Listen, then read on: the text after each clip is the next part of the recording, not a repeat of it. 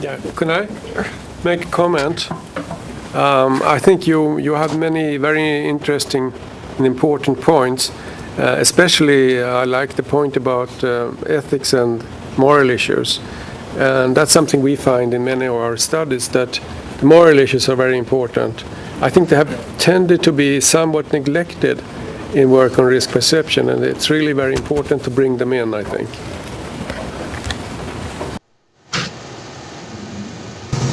I heard some of that, but I didn't know if that was, I think that was more a comment than a question, but yes, I think that the moral concerns, and Dr. Schober used the example of interfering with nature, and I think that's actually one example among many that we might develop further.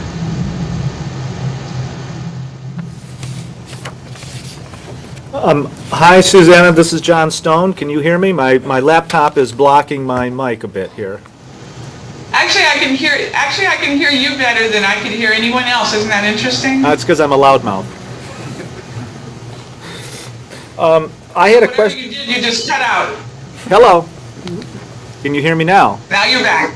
I feel like I'm in a Verizon wireless commercial. You were talking earlier about. You were talking earlier about regulation, perceived riskiness based on whether or not something was going to be regulated.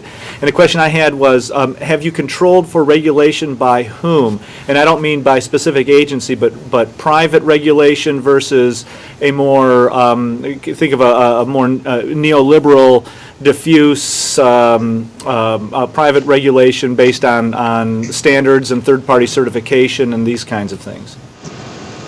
No, I think that's a good point, and we certainly want to go. All we have at this point is very preliminary data from a pilot study, and I'm actually hesitant to say too much about it until we get further with analyzing that data and collect some more data, but that's certainly something we need to look at in more depth. I think just a simpler question of whether the regulation takes place at the federal or state or local level, as well as whether we're talking about industry self-regulation.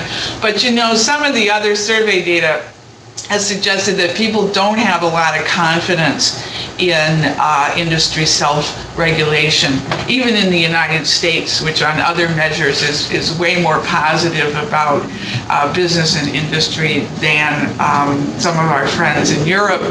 And I can't give you a reference for this. I'd have to go back and look. It's not my work, but there is data suggesting that industry self-regulation does not generate a lot of trust. I think actually there's a confounding here between if you say something's regulated, it makes people think that it should be regulated. So maybe it heightens their sensitivity to risks associated with that technology. It may also be, you know, we hear a lot about the erosion of trust in our regulatory agencies in the United States, but to be honest, when I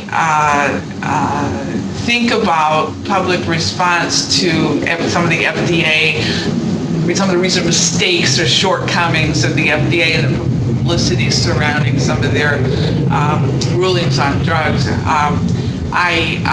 I wonder if the outcry isn't actually a reflection of an underlying expectation that that agency will in fact do a good job. So there are a lot of confounds here involving not only whether we're talking about trust in agencies and their reliability and confidence, or whether we're just reminded by the existence of discussion of regulation. Maybe we're just reminded that, oh, gee, yeah, this is a technology. Other technologies are regulated. You know, how are the regulations applying to this one? Maybe we need to do some work on that. So, so you actually introduce a very interesting third set of variables involving private regulation as well. That question by itself, you know, some of us have been looking at risk for 20 years. We could probably look at that question from public opinion point of view for quite a number of years and unpack it and discover it's nearly as complex as risk itself, would be my suspicion. Not yet.